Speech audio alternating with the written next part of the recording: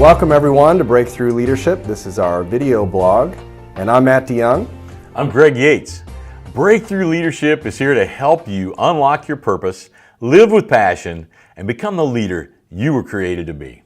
Today's leadership video in episode 14 here is called Listening for the Native Language. And this is going to be an exciting skill for your leadership. You know, Greg, when it comes to getting on the same page with your team or with everybody at your company, it's kind of frustrating when people are using different language. It's exciting also when we use like a common language and everything just works out, isn't it? Yeah, it's really interesting how that can be, Matt. I think I understood that a lot more doing a lot of international business over the years. I can remember many times being in international settings where English was my native language and the meeting was being held in English because so many other people had learned English, but that didn't mean we were all speaking truly the same language. Right. I remember one time, it was really humorous. We spent hours and hours trying to figure out how to use a common term. In English, on a die set, a deep draw set, we called one of the bottom plates, we called a cushion. And that wasn't the term anybody else was used to hearing, you know? So they're all trying to figure out and talking amongst themselves what we're even talking about. And as we try to describe it, it just got worse and worse and worse, you know, until finally everybody got on the same page because they all used a different terminology, which of course ours was more visual, related to our understanding of how it worked as opposed to it being a technical term. It's just what everybody calls it in the United States, or, you know. So, I mean, being in a situation where everybody's speaking in English does not mean they all understand what each other are saying. I mean, they are all still Chinese, Japanese, you know, Hispanic, Spanish speaking. They're all speaking their own language in their mind and just translating it. I mean, one of my most vivid memories is going from one of those meetings into the restaurant at this hotel we were having the meetings in, and I could hear somewhere in the room somebody was speaking English, because we'd defaulted back, you know, to everyone just speaking their own languages, and we had all our interpreters and everything. The roar of noise that doesn't, you know, that you don't understand, and normally, even if it was all English, you wouldn't understand it. But here I am hearing across the room in the far corner, I'm hearing somebody speaking English. And just by the dialect, you know, I could tell that they were from southern part of the United States because of what they were saying. I had to get up and go find them and talk to them. It was like a great relief because suddenly I was talking to somebody. You didn't know them. I didn't know them, but we were family, man. We were like one. He's like, oh, where are you from? Tell me about that, you know. And it was all because our language, you know, united us.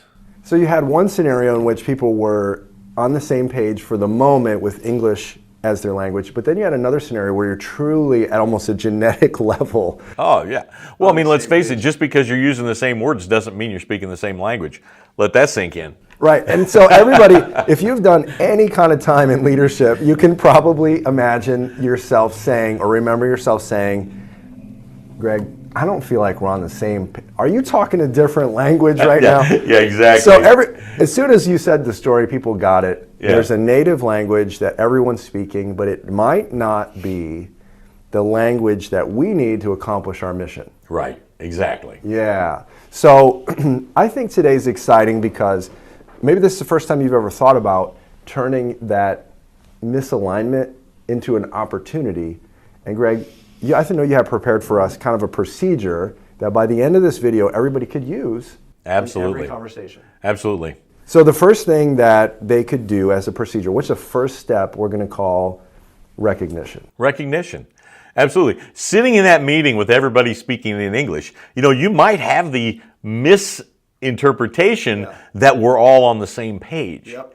That when I say something, it means the same thing to them because we're all speaking in English, right?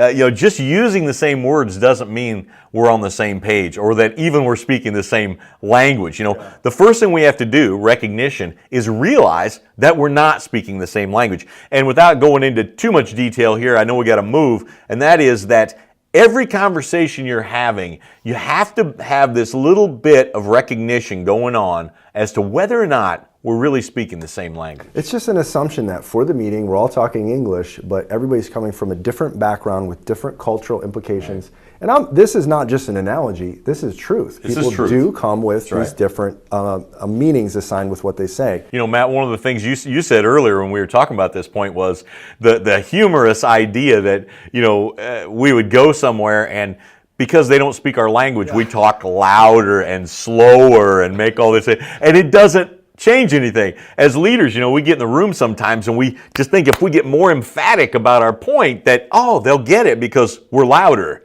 Doesn't happen if we're not speaking the same language. We got to recognize that. Recognize we're not speaking the same language. So that's the first step you want to do. And then the second step in this procedure, just in your head, is to translate, or translation. That's the next step. Translation is really an important point. You might say, well, it's not my job to understand them. It's their job to understand me. I'm the leader, right? That's a temptation. But the reality is, as the leader, you have to take the lead in translating. And a lot of times that's as simple as, okay, I heard you say this. Here's what I think you meant. Is that what you meant? It's confirming. You know, it's confirming. If I'm really talking to somebody who's speaking a different language and maybe I speak a little bit of their language and they speak a little bit of my language, there's this extra step for a while that has to take place until we really can translate what we mean. Yeah, and just one more point on that. You've said to me before with like construction situations, one of the things that you're very intentional about is early on saying, do I understand what everybody means? Because it's way better to do it now and have a little eye-popping moment. Yeah, like, really? It's a lot less expensive to do it now than it is to do it later. So just remember that. So the first thing is you got to recognize. You have to have recognition. That's the first step. The second thing is translation, and it is your job as a leader. And the third thing is installation. Yeah, installation. You know, you don't want to translate forever.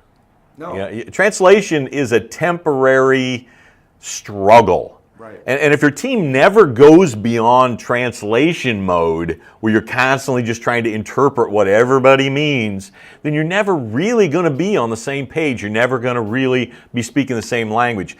It's important that you as a leader understand their language, but it's not the language of your mission, and it's not the language you're going to have everyone on. Just because everyone's in the room, you can't individually explain. You have to get them on the same language.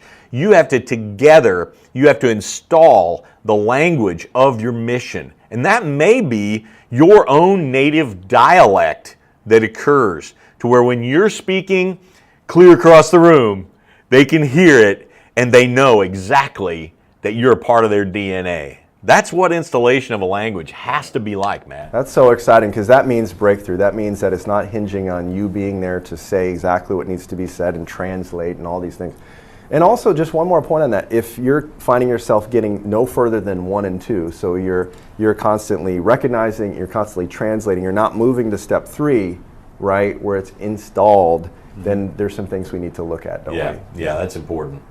So then, if there's people today who are watching this video and saying, you know, I really want to get better at listening for the native language of my team and in my company, what would you challenge them with today? You know, my challenge to you today is to take the time. I always say that, don't I? To take the time to make sure you're on the same page and confirm that everyone understands the language you're using, the language of your mission. That's really important because sometimes you're going to even be bringing new team members in. It's important that while you're teaching them, everyone else is still, you're taking the time to make sure that everyone is speaking the same language. That's awesome. So we've had a little conversation here today about listening for native language, and we'd love for you to join in the conversation. So right here, if you're watching this on YouTube, you can comment below. We'd love to hear from you on how you're planning on getting people on the same page. What are some of the common areas where you have a difficulty getting people on the same page with the same language? We'd love your feedback in this area. You know, of course, a lot of the time we're talking about these topics, we're doing it on our website, Matt, morethanbreakthrough.com, and I don't want you to miss out on what's possible over there. So come on over and visit us at Breakthrough Leadership. Yeah, join us there. And when you get there to morethanbreakthrough.com, if you're not already on our email list, subscribe, because that gives Greg and I a chance to send you leadership resources you can't get anywhere else. You know, remember, I want you to remember this. You can do this. You know, this is a simple series of steps that you can take to move your leadership towards breakthrough.